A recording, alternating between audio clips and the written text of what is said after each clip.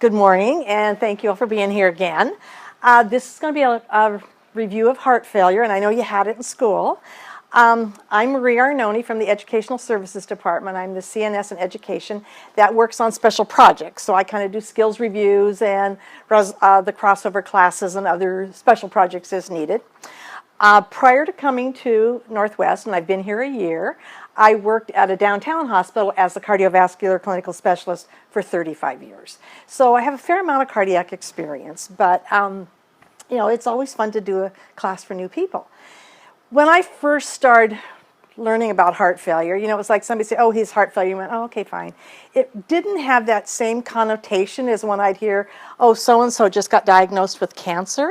But when you think about it, heart failure is just as severe, if not more so, because it's a chronic disease without really any cure.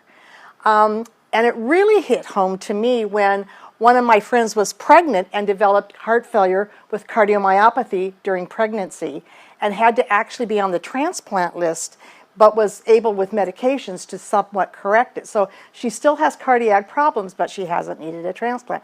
So literally heart failure can attack us at any age. She happened to be 27 when she got it, and she's been living with it now for quite a few years. So heart failure is something that we all will see in our practice, no matter what age we're dealing with. My nephew was born with a congenital heart defect and lived with heart failure until he got his transplant at the age of 12, and he still has to be concerned because heart failure is evident. So whether you're in neonates, pediatrics, adult, or gerontology, you're going to face heart failure. And heart failure affects 550 million individuals. That's a huge part of our population, 2.9% of the population. And there are 550,000 cases diagnosed every year. It is usually written as the primary or secondary cause in over 300,000 deaths per year. And half of those diagnosed with congestive heart failure or chronic heart failure will die within 5 years of getting that diagnosis. And we know that the younger you get it, the more severe it's going to become because the incidence doubles every year. 2% of persons between the ages of 40 and 59 will develop heart failure. 6% of people between 60 and 69. It is the most common diagnosis of patients 65 years and older, with an incidence of 10 in 1,000 of the population. And the rates are equal among men and women. However, it is 20 times more likely in the African American population than in the Caucasian population. And the research shows that that's because of the development of high blood pressure earlier in life based on their genetic makeup. 42% of black men and 45% of black women often have hypertension before the age of 20.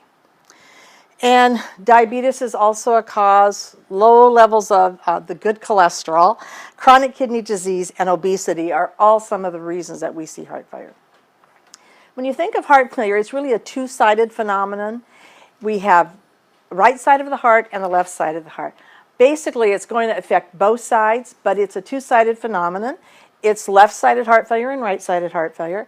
Left-sided heart failure is most commonly seen.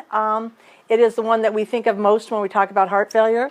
It's also most likely related to some kind of cardiac disease. So whether they've had a drug induced that caused them a cardiac myopathy, pregnancy induced, or just the natural aging process. Right-sided heart failure is extremely common in people who have pulmonary disease. So if they've had pulmonary hypertension, you can see it in somebody who's had an MI on the right side, but it's rare. It's more predominantly associated with pulmonary diseases. Heart failure is the first listed diagnosis in over 870,000 people annually that are hospitalized. It's the most common diagnosis in hospitalized patients of the age of 65 or older. And there are 11 million physician visits annually because of heart failure. So it's a really expensive chronic disease that we are caring for. And I know you have taken care of probably a heart failure patient in your clinic rotation. Not only is it expensive to treat them and they need hospitalization, but they go home on a lot of medications, which are also very expensive. So, it's very costly for us to be treating heart failure. And there's both direct costs and indirect costs that are associated with it. And it really impacts your quality of life. Heart failure can really limit someone's ability to have a good quality of life. So there's two types of left-sided failure. There's systolic failure and diastolic failure. Systolic failure is the reduced capacity to deliver cardiac output. So what happens is that heart gets big and boggy, and it'll fill up, but it doesn't squeeze. And if you think of it like a rubber band, when you take a rubber band out of a package and you were to put it on your finger and stretch it, it would go right across the room. But over time, the more you do that, the less elasticity there is in that rubber band. And that's exactly what happens with systolic heart failure. Over time, the muscle loses its elasticity, so it's unable to squeeze and maintain that cardiac output. So over time, what happens is you have less blood that leaves the heart at a lower pressure. You have less distant organ perfusion because we perfuse the vital organs first. So what's going to miss is the feet and the hands. And the heart just can't squeeze. It's lost its squeeze. And if you were to look at the diagnosis of somebody with systolic failure, they have an ejection fraction, which is the amount of blood ejected with every heartbeat, of less than 40%. And I'm sure when the quality person was here, did you talk about that? One of our quality indicators for heart failure is we need to make sure that their ejection fraction is recorded. We don't do that, but we need to make sure that it's on their chart, because that is something that is required for our quality improvements. And you get that left ventricular hypertrophy, and the prognosis for systolic left-hearted failure is not very good. Diastolic failure is the inability of the ventricles to relax and fill. So what happens is the heart can't stretch. So if you took your water bottle and you filled it with water, you can fill it with water just to the amount that the bottle will hold. If you try to fill more, it's going to overflow. And that's what happens in diastolic heart failure. The cavity is rigid, so it can't overfill. So if we have too much blood coming back, it's not going to get there. It's going to back up either into the lungs or into the systemic circulation. So diastolic failure is where you have a rigid container. Systolic failure, you got a big boggy heart. So and the difference that we diagnose them by, besides looking at all of our diagnostic tools, is ejection fraction. Because someone with diastolic heart failure, they're going to eject the amount of blood that's in there. They just can't fill to beyond their capacity. So they're going to have a normal ejection fraction. Their ejection fraction is going to be 70%. 70% of that blood that's in there goes out. It may not be very much, but all of it goes out. So that's how that's checked. But cardiac output drops due to the limited size of the cavity. If we can't get enough blood in there, we can't get enough to sustain our cardiac output, which you all measure on a daily basis when you're looking at somebody's blood pressure and urine output. That's your cardiac output. You don't need all the fancy lines that we like in ICU. All you need to know is what's my blood pressure and what's my urine output. The heart has thick, stiffened muscular walls, so again, that's a consequence of hypertension or aging. And the major consequences is that you have elevated ventricular filling pressure. So these are the people that when they're laying down, you can see those real distended jugular veins, okay? And that's the sign of diastolic failure. And it occurs in 40 to 60% of heart failure cases, and it's more commonly seen in elderly women. And I don't know why. So if you look at this little diagram, and you have one too, here's your normal heart. You can see that in diastole, it's nice and big and it fills nice. The ventricles fill normally. And in systole, when it squeezes out that good old 60 to 70% of the blood flow. In systolic dysfunction, look how much bigger the ventricles have become compared to this one. So now you've got this big boggy heart, and when it goes to squeeze, it doesn't squeeze. It's lost its ability to squeeze. Diastolic failure, you have a small, narrow cavity. It fills, but when it squeezes, it doesn't squeeze very much because there's not much room there to squeeze. So again, that's just a schematic of what is happening in your heart. And here's a cadaver picture. The top one shows you a systolic heart failure. You can see how big and boggy those ventricles are. And look how wide that is compared to a normal heart. And here's your right side. And look at diastolic failure, how narrow it is compared to your normal heart. Okay. And here's a very good example of diastolic heart failure. And the biggest thing you'll notice is how thickened these walls are. The walls have become very thickened so that there's not a lot of space in there for the ventricles to fill with blood. Right-sided heart failure is also twofold. The etiology can be cor pulmonale or COPD, interstitial lung disease, pulmonary hypertension. So any of those issues that people come in with that cause them to have pulmonary problems can be a precursor to right-sided failure. One of the things that we often miss, but is also very common in right-sided heart failure, is that 20% of the patients will have a sleep disorder. So people that come in with sleep apnea are very prone to having right-sided heart failure. The disease progression is slow and gradual, and the disease is complicated by the cor pulmonale, which means that my lungs are the real big issue, but because of my lungs, my heart's failing, and we may not be able to, quote, absolutely fill up those lungs, so it's going to be a twofold problem.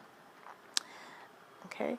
And so what happens in right-sided failure is the blood backs up into the inferior vena cava, and it backs up into the whole systemic circulation. So you get dyspnea on exertion, you get fatigue, lethargy, exertional syncope, angina without cardiac disease, anorexia, right upper quadrant discomfort, and congestive liver.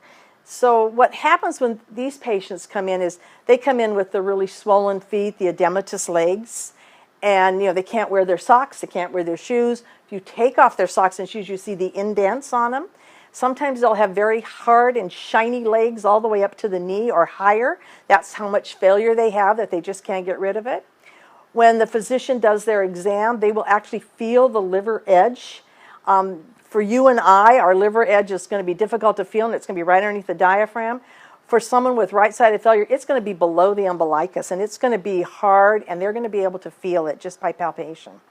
So those are some of the things you see. These are also the patients who say, I used to think that I had problems with my feet, but I just realized that my feet have grown and I need a size bigger shoe.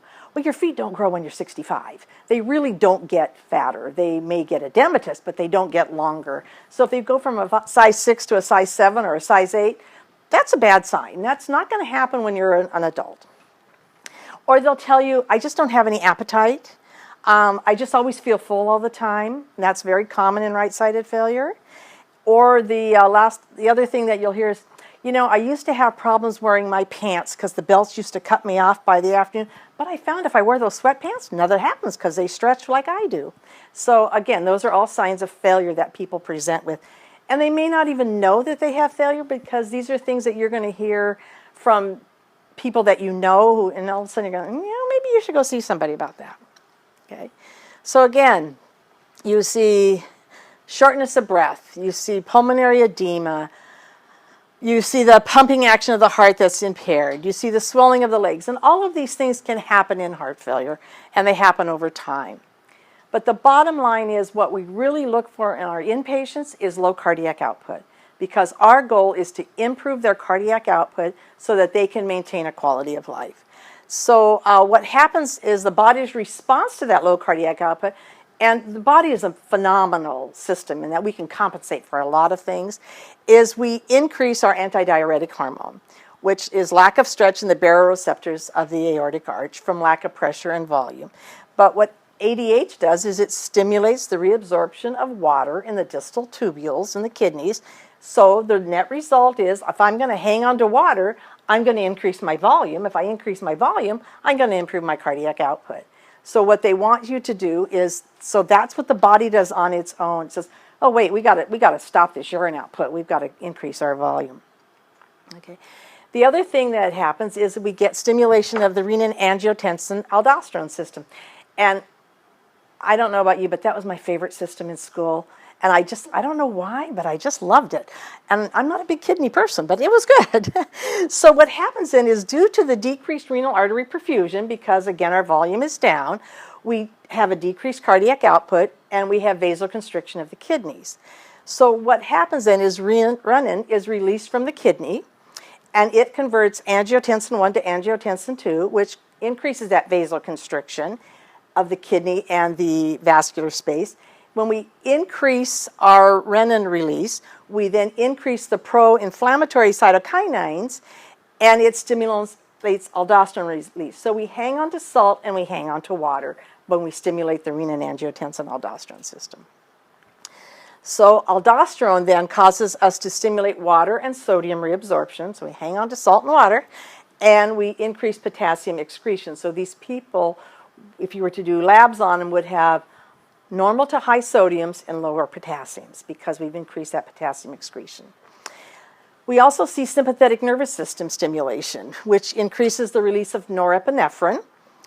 It increases conversion of norepinephrine to epinephrine, causes peripheral vasoconstriction, because what does epinephrine do? It's a beta receptor, so it stimulates the heart and it decreases the peripheral perfusion. And we get tachycardic, and it increases the strength of our contractility. So my heart beats a little faster, it works a little harder. It's not going to be able to do that for a long period of time, but initially that is the compensatory mechanism that we increase. So we increased our ADH. We just did that. Okay. So the overall impact of this then is we increased our salt load, we increased our water volume, we've caused vasoconstriction in the smooth, vascular smooth muscles, and that helped us to increase our pressure. We increased our myocardial workload, which is the bad thing we've done. We've now made that heart work really hard. We've increased our oxygen consumption, which is also going to cause us to make our heart work harder and not be able to sustain this for long periods of times. And bottom line is our left ventricle gets bigger with wall stress. So then what happens to the heart is it develops what we call ventricular remodeling, and that is because of the loss of function of the myocytes, because of this distended, boggy heart, we get some necrosis, we get some cell death, and areas of the heart that just don't move anymore. We get increased interstitial fibrosis, which stiffens, makes that ventricle even more stiff. We get chamber dilatation, and we get left ventricular dysfunction that gets worse over time. So some of the counter-regulatory responses that we do is natriuretic peptides. When someone comes in with heart failure, one of the lab values that you will obtain is a BNP, not a BMP, a BNP, which is the beta-type natriuretic peptide. And it releases due to wall stress. And it's a real sensitive marker for heart failure. And so if it's less than 100, the person doesn't have heart failure. But as it climbs, and on some people you'll be as high as 1,500 or more, that tells you that that heart has really worked hard and it has some definite dysfunction. So what we want to do is we want to promote natriuresis, which is we want to enhance the urine sodium excretion and diuresis. We want to inhibit the renin-angiotensin-aldosterone system. We want to reduce the sympathetic vascular tone, and we need to watch our volume status. So how do we diagnose this? First of all, the first thing you want to know is the clinical findings. Does the patient fit the picture? You know, if you get a BNP that's really elevated, but this person has no edema, they haven't gained a lot of weight, they're able to walk without any shortness of breath or anything, then they don't fit that picture. So what else is going on? Because there can be multiple things happening, and it's not always just heart failure. That's kind of a diagnosis we throw out there, but we need to really make sure that's what we want. So again, a BNP that's less than 100 is non-diagnostic. It's a gray zone between 101 and 500, and then if it's high, it means that you are in heart failure. However, once it's elevated, it will stay elevated. It won't stay as high as your first number, but it will stay elevated. And that's what you will see in someone who has chronic heart failure, an elderly person, women, very, very thin individuals. and patients with pulmonary disease in addition to heart failure. So one of the diagnostic tools that we do is an echocardiogram, and that's a pretty definitive test. The echocardiogram shows us the size of the ventricle, and it's limited with excessive body size, but it allows us to determine the ejection fraction. So this is the test that will be done on your patients for the physician to determine if this person's ejection fraction is impaired or if it's normal. So again, we want an ejection fraction between 60 and 70%. Less than 40% means I have heart failure. It looks at wall motion, so it looks to make sure there's no akinesis. Is the whole ventricle contracting like it's supposed to, or is just part of it moving? It looks at the size of the ventricle. You know, how big is it as compared to a normal person without heart failure, and that is the same size. It looks at your ventricular size, and it looks at your atrial size. And then we can also look at some of our hemodynamic monitors. So again, how much pressure is there in that right atrium? How big are those jugular veins? Okay. We also do an EKG, and we look at the EKG for left ventricular hypertrophy. And what you will see when you're monitoring people, because pretty much y'all monitor people nowadays, is that when you put those leads on and you set that machine to go off, you're going to see really low voltage if somebody has heart failure. So if you have that really low voltage, that means that heart's not working well. You may have to increase the size in order to be able to capture that EKG. So we look at that. We look for size. We also look for the presence of arrhythmias. And one of the complications that we want to avoid in anyone with heart failure is we want to avoid them going into atrial fibrillation, because they really need to have the atrial kick in order to maintain any hopes of a good cardiac output. Okay. We look for arrhythmias of all kinds, but we do a chest x-ray. Again, that's to look at the size of those ventricles. And then if they're still unsure, they may take that person down to the cath lab, stick a catheter in, and really actually measure the pressures and the volumes in all 4 of the chambers, and they can do that in the cath lab. If we aren't to that point, they can do exercise testing where they'll put them on a treadmill and see if they can cause any problems to occur while they're on the stress test, and see how long they can tolerate it. We do thyroid studies because we know the thyroid can affect everything, so we want to make sure our thyroids are normal, our electrolytes are within range, our BUN and creatinine are normal, because along with heart failure, if we're not preserving the kidney, the reticular angiotensin system has gotten into action and it's caused more constriction, we can have kidney failure. So elevated BUNs, elevated creatinines are things we look for.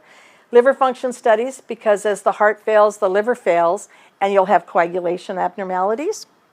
And then we do lipid profiles just to see that we're in control there. The New York Heart Association many years ago did a classification of heart failure. And they did functional classification on the presence and severity of the heart failure. So for a long time, we would say he has a class 1 heart failure, class 4 heart failure. Class 1 heart failure is a patient that does not have any limitations.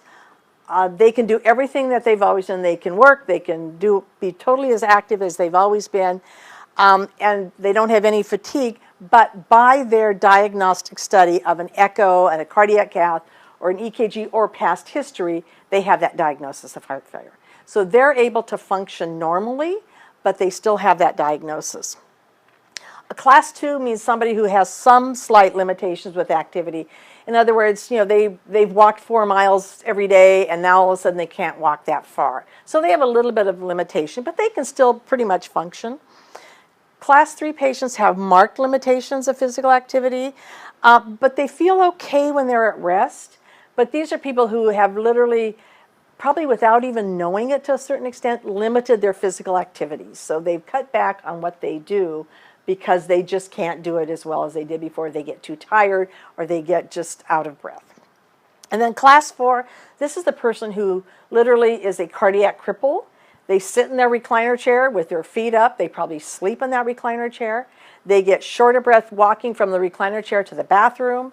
They probably can't even cook their meals without stopping to rest. A lot of them actually sit in a chair to prepare their meals because they just don't have the energy to get up. So the class 4 are the ones that we're going to probably see most often in the hospitals.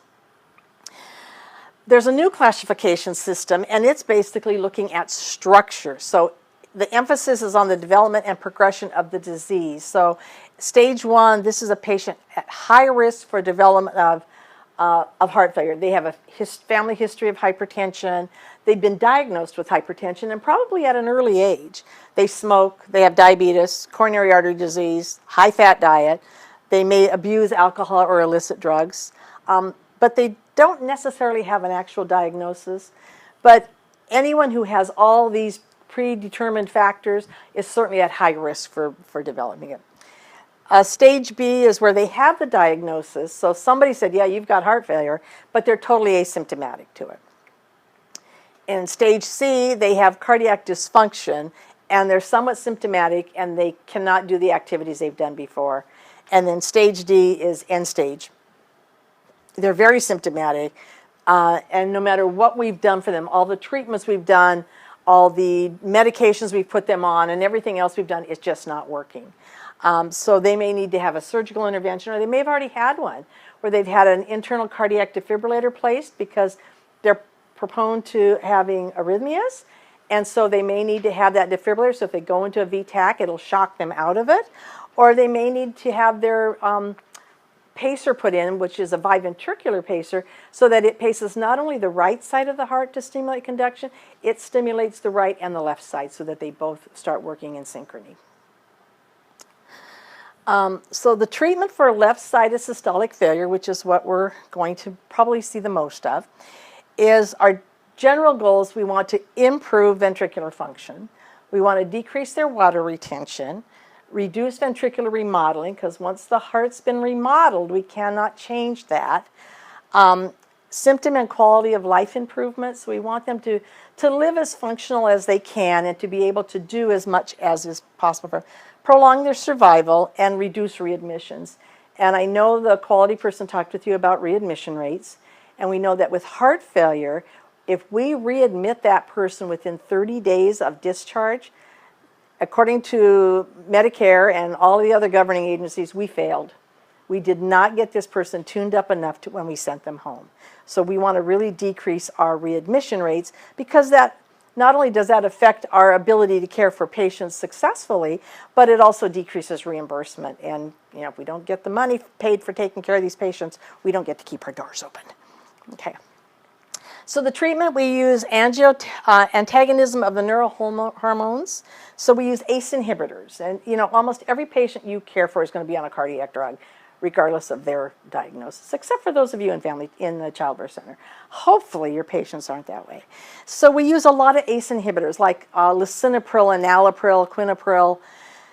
And if they don't work, we use our ARBs. And the ACE inhibitors work by blocking the conversion of angiotensin 1 to angiotensin 2. So when we put somebody on one of these ACE inhibitors, what we do is we prevent the renin-angiotensin-aldosterone system from kicking in and causing vasoconstriction, aldosterone release. So the kidneys can't hang on to water or salt by giving somebody an ACE inhibitor. People often don't like taking ACE inhibitors. If you have any friends that are on or any patients you've cared for, they'll say, I have an allergy to that drug, and the allergy is that they cough. It's a dry, hacky cough. Some people don't know they have it. Other people find it very, very irritating, and to the extent where they'll stop taking the drug. So, and I had a man come out to repair my water heater, and he coughed constantly, and I said, so, have you had that cough long? He goes, what cough? Okay, so are you on any drugs like enalapril? He goes, yeah, I've been taking that for years. I said, okay, that's why you cough. But he didn't even know he had a cough. And other people will say, I just can't stand that cough. I have an allergy to it. And what that cough is, research has shown the cough is a buildup of renin in the lungs, because when we block the conversion of angiotensin 1 to angiotensin 2, we don't allow the renin to become dissolvable. So it's a buildup of renin. It's totally harmless. It's just irritating. For people who truly have an allergy, and the biggest allergy that you will see on somebody on an ACE inhibitor is angioedema. And angioedema can occur with the first dose you give somebody or with somebody who's been on it for 5 years. What happens in angioedema is that from the neck up, they swell. So their tongues get so big they don't fit in their mouth. Their throat starts to close because of swelling. Their eyes bulge out like the Popeye. And they really are in respiratory distress. And often, if it's severe enough, these people will need a tracheotomy in order to be allowed to breathe. So it's a very much of an emergency. And there's no, at this point in time, we still don't know what causes it. We thought it was shellfish. We thought it was, you know, some of the organ meats. We thought it was the lichen that you see in soy, but nothing's proved out to be a causative factor. So it's just something we deal with. But people who truly do not want to take their ACE inhibitors or can't take them, we will put them on an ARB, which is an angiotensin receptor blocker. What it does is the ARBs allow the angiotensin 1 to convert to angiotensin 2, but it blocks the angiotensin 2 from causing the vasoconstriction and the other. It has a whole lot of less side effects. However, it's not covered as a first drug of choice by insurance companies, so out-of-pocket cost for the patient is a lot more. Beta blockers are the cornerstone of cardiac care. Beta blockers and diuretics. And what beta blockers do is they reduce the workload of the myocardium, they reduce the heart rate, they blunt the myocardial responses to catecholamines. The most common ones that you're going to probably see given are either metoprolol or toprol, bisoprolol, but carvedilol is the non-cardiac specific beta blocker that has proven to be the most effective beta blocker for someone with heart failure. And they usually start at 6 milligrams and go up to 12 milligrams, but it has proven to be the most effective beta blocker. Other treatments we can use are aldosterone antagonisms, such as they're used in combination with your ACEs and ARBs and beta blockers, and loop diuretics, and they would be spironolactone and enalaprone. We can also use hydralazine and nitrates, especially in the African American population. For some reason, the nitrates work really well in helping them to keep their heart failure under control. Some American patients are nitric oxide donors and class 3 or 4 heart failure, but hydralazine and isosorbide monodihydrate are some of the other drugs we use. Loop diuretics, I personally think Lasix should just be in the water. Lasix and Prozac, we'd all be fine. But loop diuretics are great at reducing volume. However, in order to give somebody a loop diuretic, you need to make sure they have a blood pressure that's going to support it. So if my blood pressure is 80, you probably don't want to give me that diuretic, because with a blood pressure of 80, I'm probably not perfusing my brain to keep me active. So you want to make sure my blood pressure systolic is at least 100. And then it's typically high protein bound, but you can develop a resistance. You'll get people who say, I took my Lasix, I called the hotline because I was still gaining weight, my weight's up 7 pounds, I've been taking my Lasix every day. But what happens is that over time, you build up a resistance to that Lasix. And so if they come into the hospital, we'll take them off the Lasix, put them on Bumex usually, and just give them a rest off the Lasix for a couple of days. Both Bumex and Lasix work on the loop of Henle. They work in different aspects of the loop in slightly different ways. So if you take me off that Lasix for 3 or 4 days and give me Bumex, and then you put me back on the Lasix will work again. But it's just a matter of giving me that break from the Lasix. And when you give somebody Lasix or they go home on Lasix, what is probably the most important patient education you're going to tell them about taking that Lasix? When to take it. And when are you going to tell them not to take it? At night. So they should take it like at 3 or 4 o'clock in the afternoon, because otherwise they'll be up all night. And we know that when elderly people get up in the night, they tend to fall. So we want to make sure they take that early on. Okay. But when you give somebody Lasix, whether you're giving it oral or IV, when should you start to see it take effect? How many minutes before that Lasix should start to take effect? Do you remember? And it doesn't matter which way you gave it, whether my gut worked or whether you gave it to me IV. You should be able to see it take effect within 20 minutes, right? You won't see the total results of it, but within 20 minutes, you should start to see the effects. If you don't, then you probably want to wait another 10 minutes and then put a call into the physician and say, you know, he had Lasix 30 minutes ago and he's not doing anything. Can we give him more? And then what they'll do is give more. Okay. And sometimes not only do they need the loop diuretic, but they may need that thiazide diuretic like hydrochlorothiazide or Zeroxylin.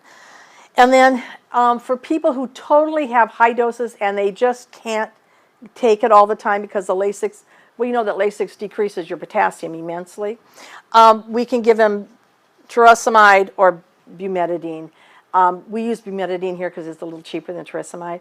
But both Bumex and furosemide are very, very expensive compared to Lasix. Lasix is a really cheap drug, and it's generic, so it costs somebody maybe $2.50. Where if you give them Bumex, it's probably going to cost them $10 for that same amount. Now, that being said, Bumex is 10 times as concentrated as Lasix, so if you give me 100 milligrams of Lasix, you're not going to have to give me near that much of Bumex, but you want to make sure that the doses are regulated. Okay. And then the new drug that's out there is an HCN blocker, and it's Corlander, and it's just got approved in April of 2015. It blocks the hyperpolarization of the activated cyclic nucleide, gated channel response for cardiac pacemaker, and current regulates heart. So what it does is it works on your SA node. So in order for you to be on this drug, you need to have a functioning SA node. So you can't be an atrial fib. You have to have a functioning SA node so that we know that we're getting good cardiac squeeze and conduction. It will prolong that PR interval, so it's going to delay the conduction a little bit, but it's a good drug for the treatment of heart failure, but only if you're not in atrial fib. So you have to have a good SA node, or you have to have a pacemaker. Those are the two caveats. Okay, so it is population specific. We can't just give it to everybody, even though it's a really good new drug out there. They have to have an ejection fraction of less than 35%. As I said, a sinus rhythm. Technically, they need to have a heart rate of about 70, although sometimes the cardiologist can fudge on that a little bit. Their heart failure needs to be somewhat stable, so if they're coming in with an exacerbation, they're probably not the time to put them on that drug. You have to have tried everything else because the insurances will not approve it and the company won't release it. So we can't even prescribe it unless we know that they're on maximally tolerated beta blockers or they have a contraindication to beta blockers. And the goal is that we want their heart rate with this drug to be 50 to 60. So the dosing starts at a low dose and it can go up, but it's twice a day dosing. So they also have to be able to be compliant with taking their medications. Okay. Other treatments that we use are device therapy, and these are for our end-stage heart failure. Those of you on tele and ICU will see these people. They will come in with their heart failure being very severe, and they will actually take them down and put in a pacemaker that's biventricular, so it paces both the right and the left side so that they can get some synchronous in their cardiac output. It's called resynchronization therapy. Again, you have to have an ejection fraction of less than 35%. Class 3 to 4 heart failure, and a left bundle branch block. We can put the internal defibrillators in people, again with an ejection fraction less than 35%. In order to qualify for either one of these things, you have to have had an event, like a VFib arrest or something, and come in. And what often happens is the physicians will put them on what we call the vest, the heart vest, and they'll go home on the external vest that actually can shock them, and they'll be on that for 90 days, and then they can come in and qualify for their pacer or their ICD. One of the things to think about, though, is you will get patients in who have an ICD who no longer want it because they don't like that it shocks them. They don't like that they feel it, because they do. It's not a lot of joules, but they can feel it, and they'll tell them, the physician, to turn it off. And that's a huge ethical decision, but it's a patient's decision, so we need to be able to support whatever that decision is. But it is something that you probably will be faced with. And then there's digoxin. When I first started nursing, 100 years ago, me and Flo, digoxin was the only drug we had. Digoxin was the cause and cure of every cardiac disease known to man. If you had a problem, we put you on dig. If you were on dig and you had a problem, it was because of the dig and we took you off of it. So remember, dig has been around for years, and if any of you like to hike in the woods, foxglove, the beautiful flower that grows out there, that is pure dig. So don't let your pets or your kids eat foxglove, because it's pretty, and it's very pretty, but it's pure dig. And you have to eat a lot of it to get that. But other things that are part of the dig family can also cause effects, such as lily of the valley, those pretty little white lily of the valley. If your dog likes to eat the bushes, keep them away from the lily of the valley.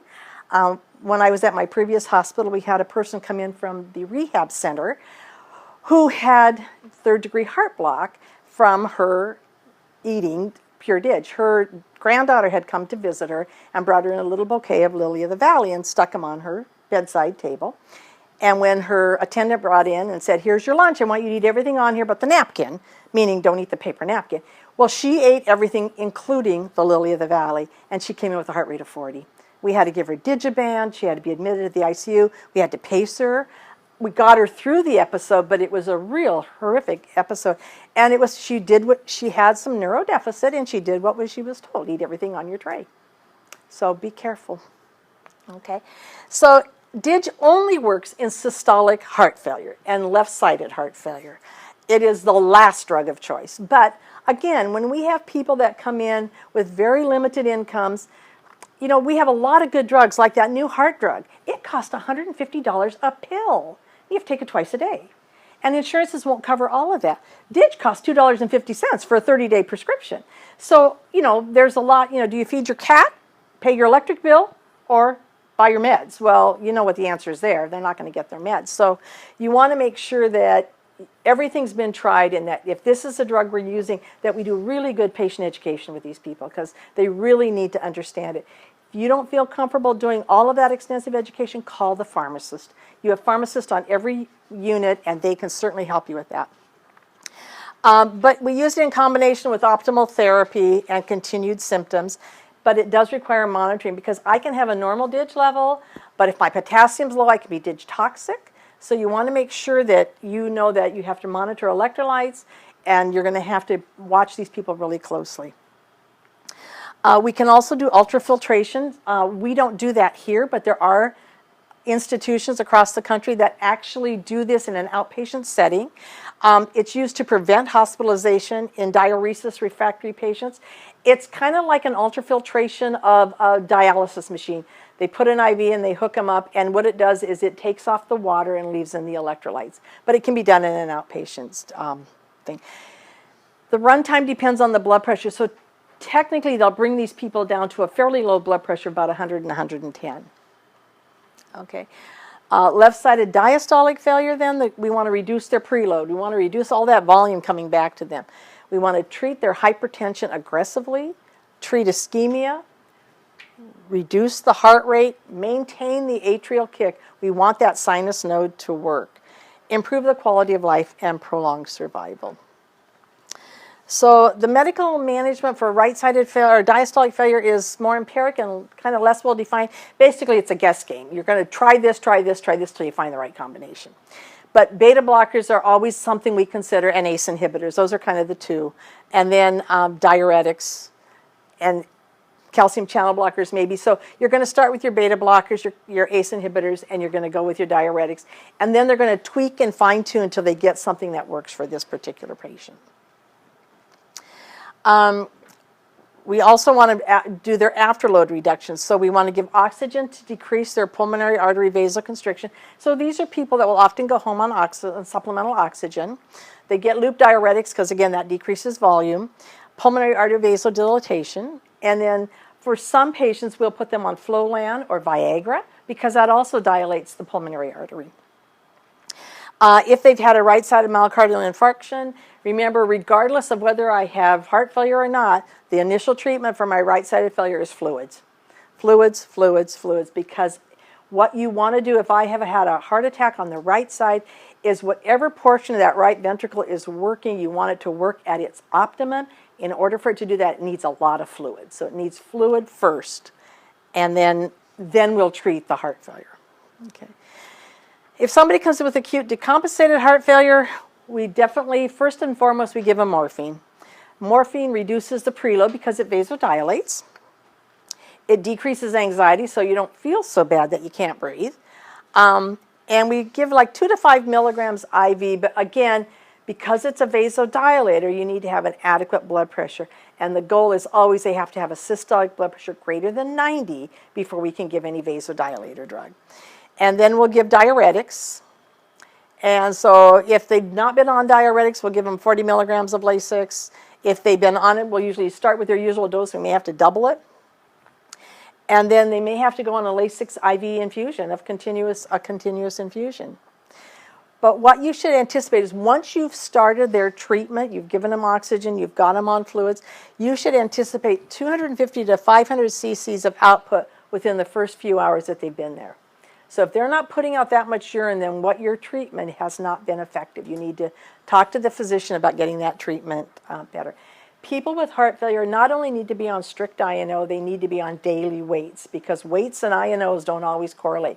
They should be weighed at the same time every day on the same scale if possible, and then they should be on INO. Okay.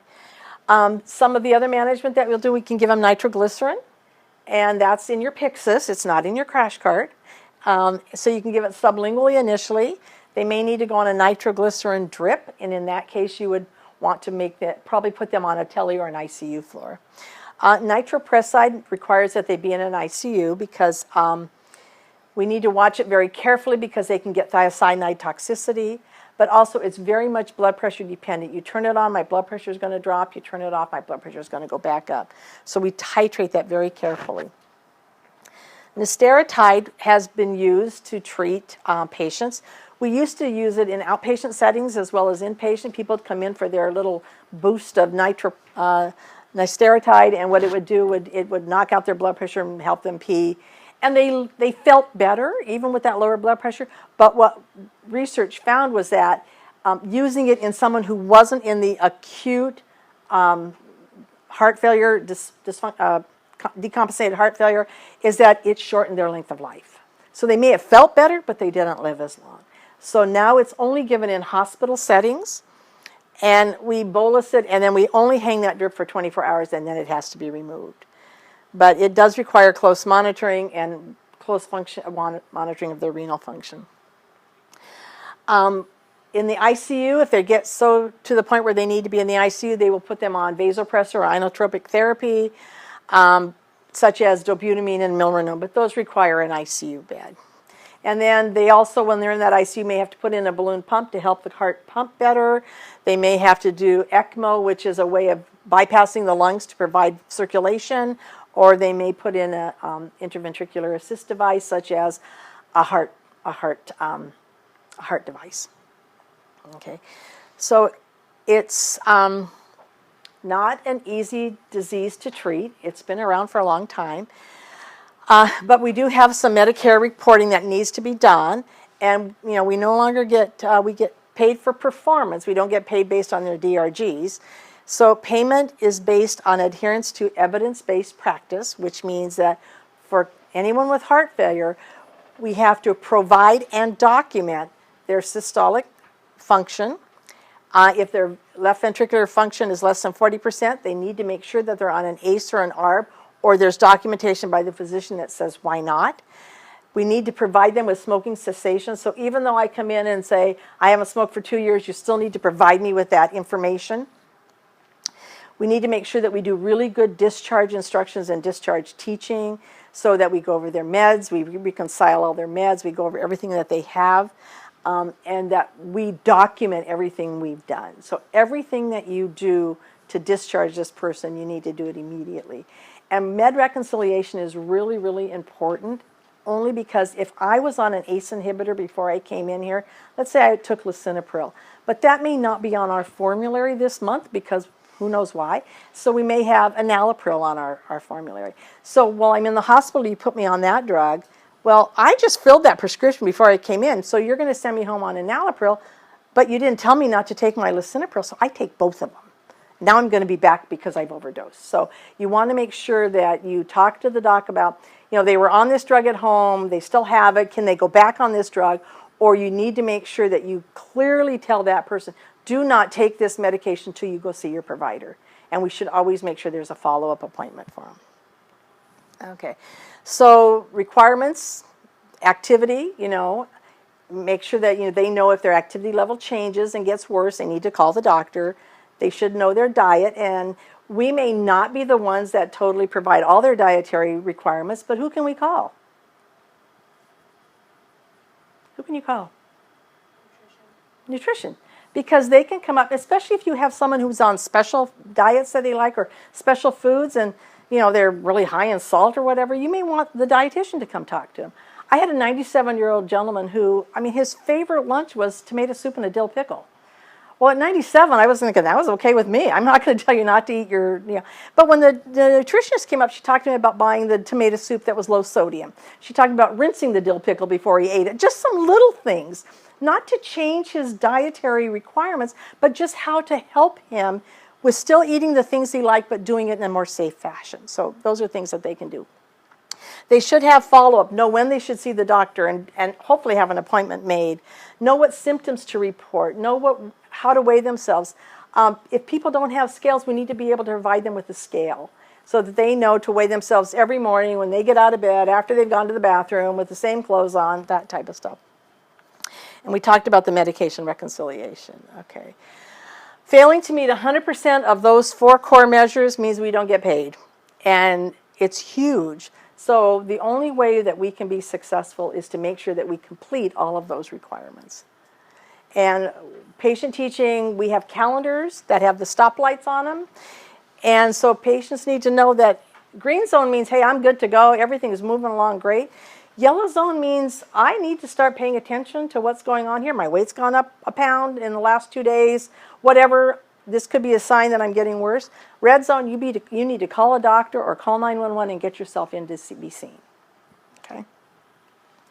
So you want to make sure that when you're doing your documentation for patient teaching, that you make sure that you identify the patient that was taught or the family member that you taught.